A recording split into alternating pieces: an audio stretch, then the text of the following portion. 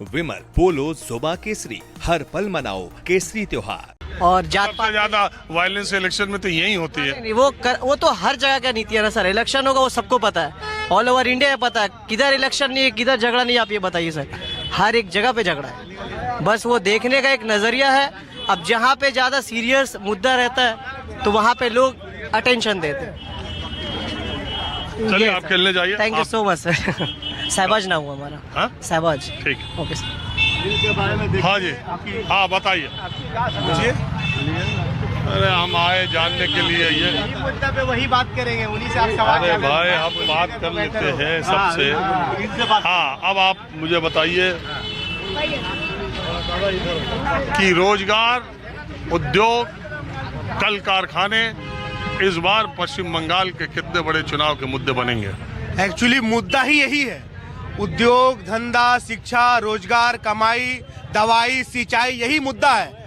और इन्हीं मुद्दों को भटका के सत्तारूढ़ तृणमूल कांग्रेस और जो अपने आप को बीजेपी ओपोजिशन बताती है भारतीय जनता पार्टी, आपको क्या बताती है सबसे बड़ी नहीं, पार्टी ये है? ओपोजिशन नहीं है, ये अपोजिशन की सबसे बड़ी पार्टी। आरएसएस के दो फूल, बीजेपी और तृणमूल दोनों गरीबों के घर में आग लगा के अपनी रोटी, चुनावी रोटी सेक रहे हैं। आज शर्म आना चाहिए बीजेपी वालों को। बीजेपी वालों को शर्म आना चाहिए। जब ममता बनर्जी सिंगूर का कारखाना लगने नहीं दे रही थी, नौटंकी कर रही थी बैठ के, तो वहां पे यही राजनाथ सिंह उनको पानी पिलाने जाते थे, यही बीजेपी के लोग उनका समर्थन करते थे। आज किस बेशर्मी के साथ सिंगूर के लोगों को के साथ मजाक करने रहने नरेंद्र मोदी और उनकी पार्टी वहां मीटिंग कर रही है। सिंगूर का जो उद्योग बर्बाद हुआ, 80% तैयार कारखाना उसको बर्बाद किया गया, डायनामाइट से उड़ाया गया। और सिर्फ उड़ाया नहीं गया, बंगाल के नौजवानों के भविष्य के साथ खिलवाड़ किया गया, उनको बेरोजगारी के आग में ढकेल दिया गया। ना ही कोई उद्योग आया, ना ही कोई धंधा आया।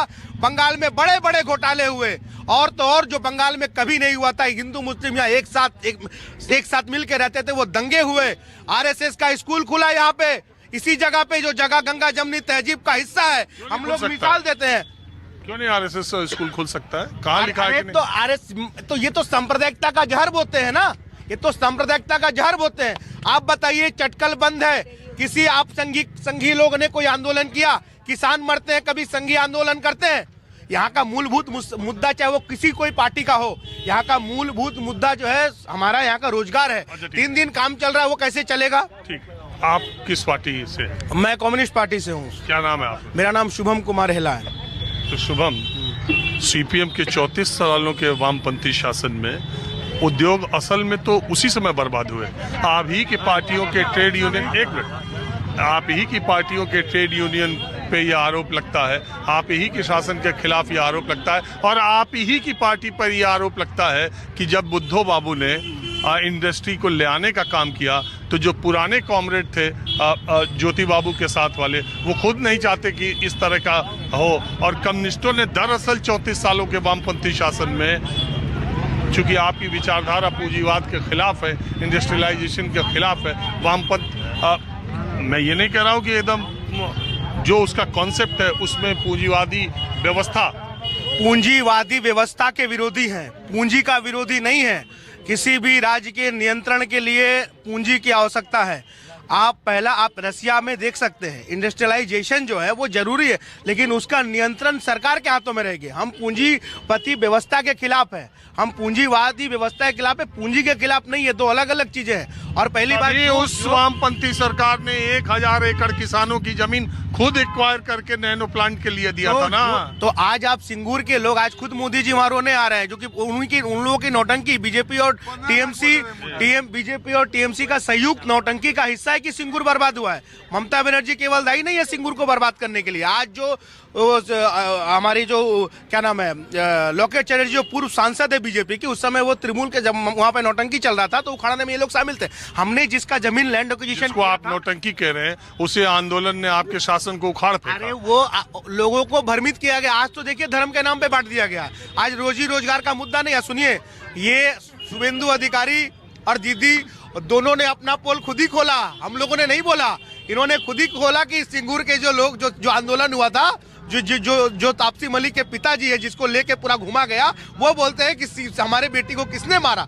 आज सिंगूर का एक एक आदमी खुद अगर शर्म ना हो तो बीजेपी वालों, टीएमसी वालों खड़ा करके पूछ लीजिएगा कि सिंगूर का जो आंदोलन था या नौटंकी था, वो खुद बता देंगे। वो करके सिर्फ दो लोगों का अपना व्यक्तिगत लाभ हुआ। और एक बात सुन लीजिए, हम लोगों ने IT सेक्टर, बंगाल में आप सॉल्ट लेक देख रहे हैं, पेट्रोकेमिकल, तमाम छोटे इंडस्ट्रीज जो हब लगा हुआ है दिल्ली रोड के साइड में, और कितने कारखाने बंगाल में हमारे। हाँ, कुछ पुराने कारखाने बंद हुए, नए कारखाने भी उसी तरह से खुले। सिंगूर उसका एक शुरुआती उदाहरण था। लेकिन अपने आप को मुख्यमंत्री बनाने के लिए RSS से साठगांठ करके बंगाल के भविष्य को बर्बाद कर दिया गया। और आज यहाँ तक मैटर है कि बंगाल में यहाँ पे कोई हिंदू का नाम लेकर राजनीति कर रहा है, कोई मंदिर बना रहा है, कोई मस्जिद बना रहा है, कोई मुस्लिम की तुष्टीकरण कर रहा है। लेकिन गरीब आदमी जो खट के खाता है, वो नहीं खटेगा तो उसके घर में चूल्हा नहीं जलेगा। वो आदमी परेशान है, वो भयभीत है। वो 3 दिन कमा के अपना घर कैसे चलाएगा? ये राजनीति का मुद्दा होना चाहिए। मुद्दा धर्म नहीं है, धर्म आदमी का अपना विचार है। वो माने, मंदिर जाए, मस्जिद जाए, तुलसी के आंगन में पूजा करे। आप तो नेता है, और कम्युनिस्टों को और उधर RSS वालों को भी, इन दोनों लोग को माइक मिल जाए तो रुकने का तो नाम है नहीं। वो अभी जाए, नहीं हमको खराब नहीं लगा। वो बुलेट ट्रेन के से ज्यादा तेज चलते। मेरा सीधा सिंपल सवाल है, मैं आम लोगों से, ठीक है आप CPM के कोई बात नहीं, मैं आम लोगों से ज्यादा चर्चा करता हूँ, तो मैं ये कह रहा हूँ कि आपको भाई CPM यहाँ 34 साल तक शासन किया। आप पिछले चुनाव में 24 में देख लीजिए खाता नहीं खुला, आप 21 में देख लीजिए विधानसभा में भी खाता नहीं खुला। अब आपको लगता है कि 15 साल के शासन के बाद CPM का के लिए कोई जगह बन रही है? क्योंकि अब इलेक्शन तो बाइपोलर होने लगे, आमने सामने। जो भारतीय लोकतांत्रिक जो प्रणाली है, यहाँ पे बाइनरी राजनीति नहीं होती।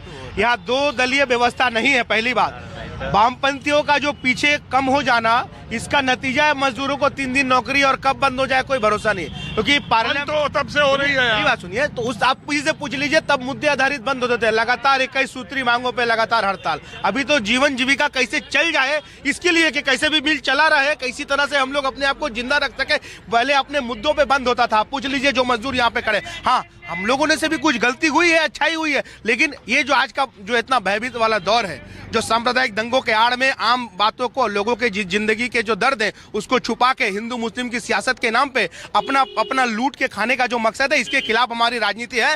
वामपंथी लाल झंडा, जब तक मजदूरों के यहाँ अत्याचार शोषण होगा, लाल झंडा डट के खड़ा रहेगा और लड़ाई लड़ेगा। हाँ जी, आप अपना नाम बताइए। बबलू चौहान। आप कहाँ से? बबलू चौहान आजमगढ़ तो नहीं है? मऊ के हैं। अरे हम समझ गए। आपको हर दम तो देखते हैं, माहौल क्या है आपका? आपको तो देखना ही पड़ेगा, आप जब घोषित किया ना। नहीं, मऊ प्रॉपर मऊ के ही। अच्छा, मऊ में तो मऊ तो पहले आजमगढ़ में ही था ना। आजमगढ़ तो हमारे जिले के हैं, तो आपको तो माहौल क्या है देखना ही पड़ेगा। नमस्ते। तो ये आप बताएं, हमारे कार्यक्रम से कोई शिकायत हो तो बताइए। बहुत पसंद लगता है आपका कार्यक्रम, बहुत अच्छा है। हम लोग बहुत ध्यान से उसको देखते हैं, रोज डेली के डेली। तो आप यहाँ, आपके बाप दादा आए थे? हाँ, पिताजी थे, दादाजी थे, पिताजी थे। इसी जूट मिल में हम लोग काम करते हैं। अभी भी करते हैं? अभी भी करते हैं हम। पिताजी भी इसी में करते थे? पिताजी भी इसी में करते थे। अब पिताजी रिटायर होकर चले गए 12 में। अभी पिताजी 2012 में रिटायर हो गए, अभी हम इसमें हैं। हाँ, तो ये बताइए, जब कम्युनिस्टों का शासन था और जब ममता का शासन है, वो दोनों में मिलों में क्या अंतर आप देखते हैं? पहले के टाइम में मिल इस तरह नहीं चलता था, 3 दिन 4 दिन 5 दिन।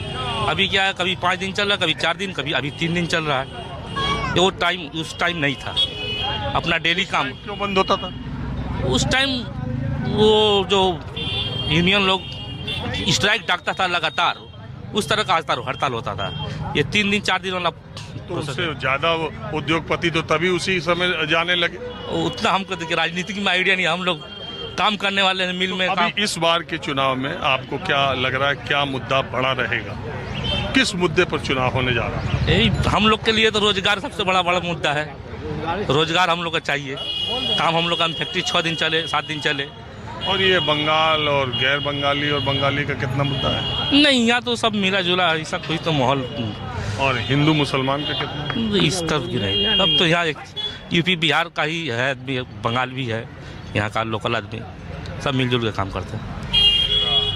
हाँ जी, आप भी कुछ बोले। आप क्या करते हैं? क्या बोलने, हम तो जूट मिल में काम करते हैं यहाँ पे। हाँ, तो जूट इंडस्ट्री का हालात बहुत बद से बदतर हो गया